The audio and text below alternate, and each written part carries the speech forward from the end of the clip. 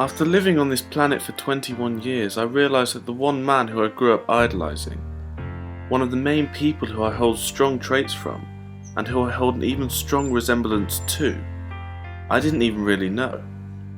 The man I'm talking about is of course my father. You see, my father has been an actor for nearly 30 years now, and during this time, I was growing up in Stratford-upon-Avon, seeing him once a week because of his hectic work schedule, and not knowing who he truly was. This is how it has always been for me and my sister, and as I've grown older and my mother and father have gone their separate ways, I've started seeing him less and less. I'm about to join the same industry that he has been in for all these years, as a filmmaker, so I think it's about time I found out who he really is.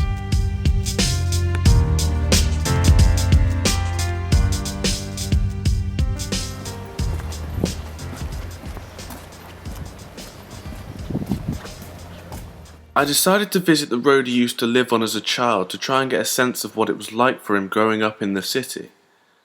I wanted to try and compare it to where I grew up. Let's take it from the age of 9, when I was very aware of myself, if you like. The years before that was very, very tricky. We lived in one place and the house was repossessed and the family was sort of fragmented all over the place. By 9, we lived on Ashmead Road, and that was pretty much the beginning of quite a wonderful childhood.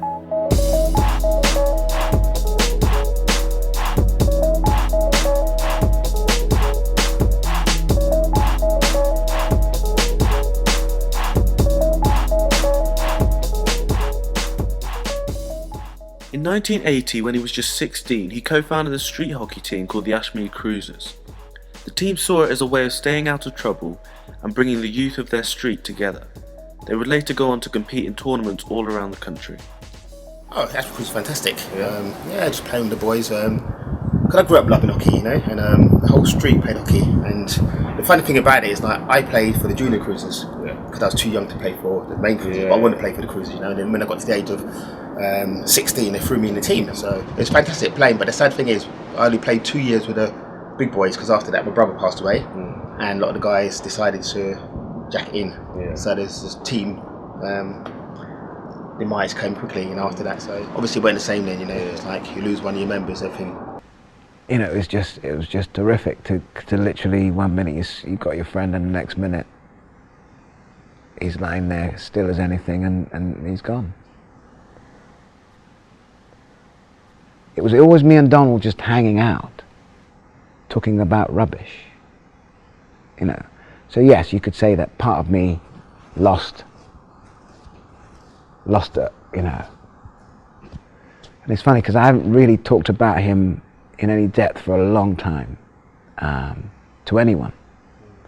He's just with me because I have photos of him everywhere with me. I mean, even this T-shirt where it says, you know, Ashmead Cruisers, stems from the fact that it was me having the memory of Donald Thompson. I have to, you know, in some way highlight that. So I got T-shirts done and all the guys' names are on the back, but it's in special memory of Donald Thompson. Also, Lee Floyd was another guy that passed away. He's one of the young boys who was an Ashmead Cruiser. And that's another reason. That's why even now when it's like reminiscing, it's like sharing it with you. My son is just fantastic. He does it, you know, and I am filling up at the fact that, you know, when I think about Donald and how he was and how he's made me, and so I see it as sad that I've lost my friend, but all the memories that I have still give me a boost and lifts me up to do with stuff that I do.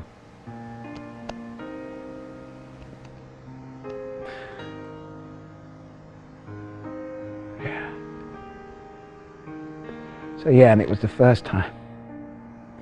It was the first time I'd ever seen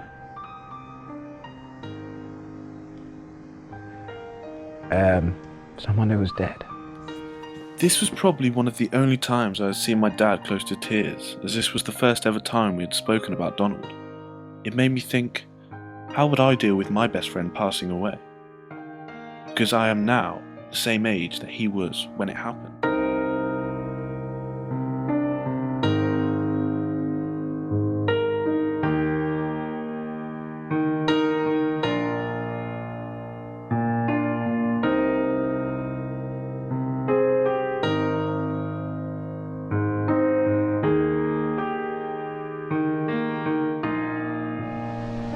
We got some food?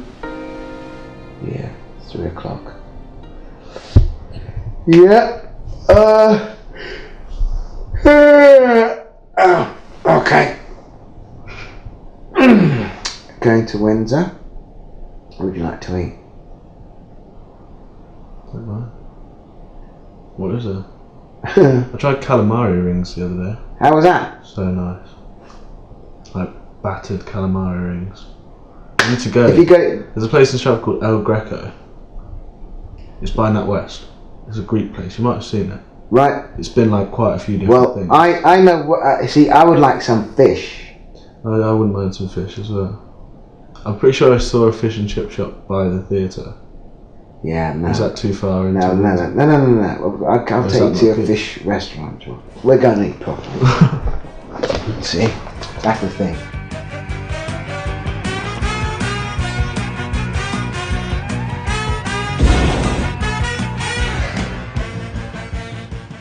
After the death of his friend, he continued studying at LAMDA, London Academy of Music and Dramatic Art, performing in various plays and musicals and getting to play Danny Zuko in hit musical Grease.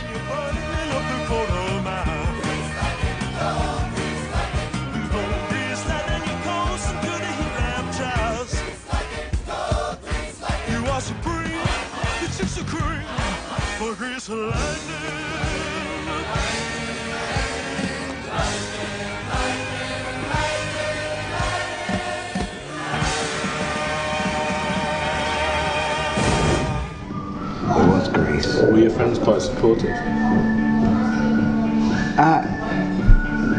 Did like many of them take the piss? Yeah, they all took the But mickey. in like with They all good took- intentions or They all took the mickey. No, it was it light-hearted? light-hearted banter for them to do with the fact that I was going to sing Sandy as Danny Zuko in Grease. You're going to sing, oh man, he died. He's going to sing it, oh man, oh man, you're going to sing that song.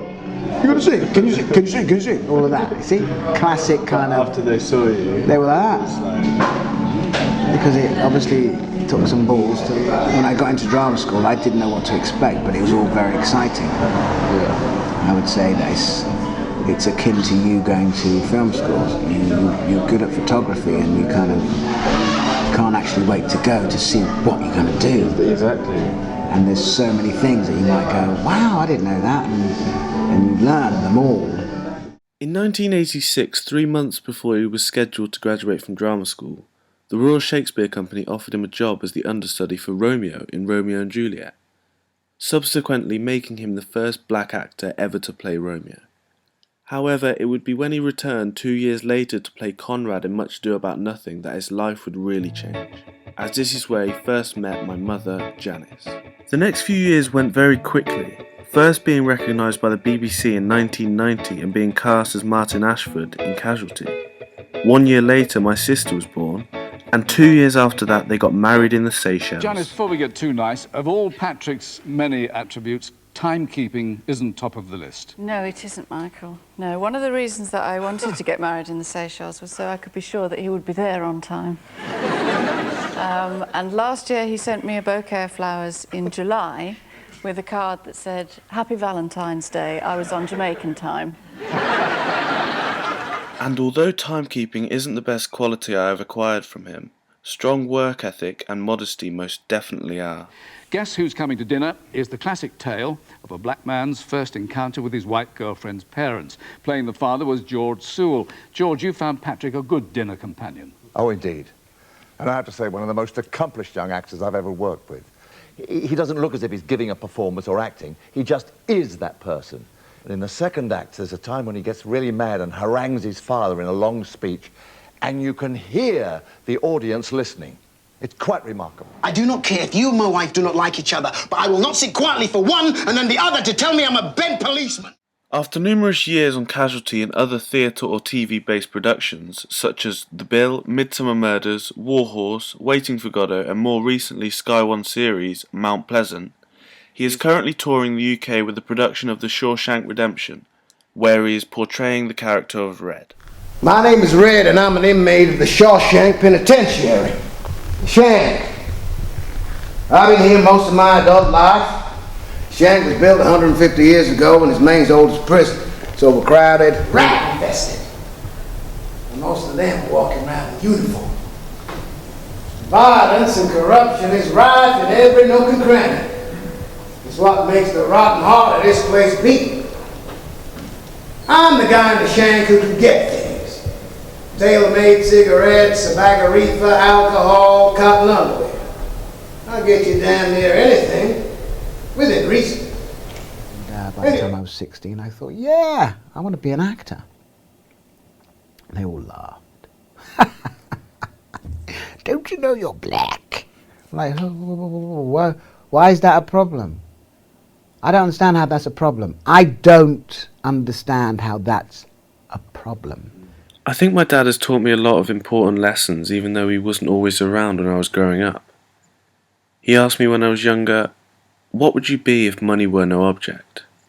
I don't want to be an actor or a doctor. I want to be a football player and play for Manchester United.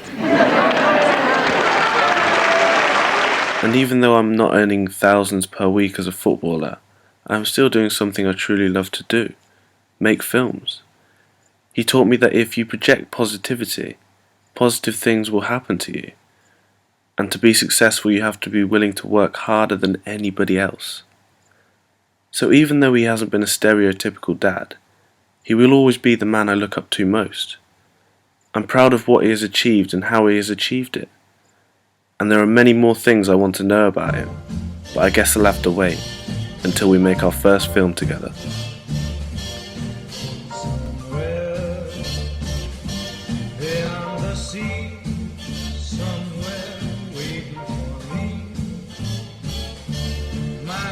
Stands on golden sands and watches the ships that go sailing somewhere beyond the sea. He's there watching for me.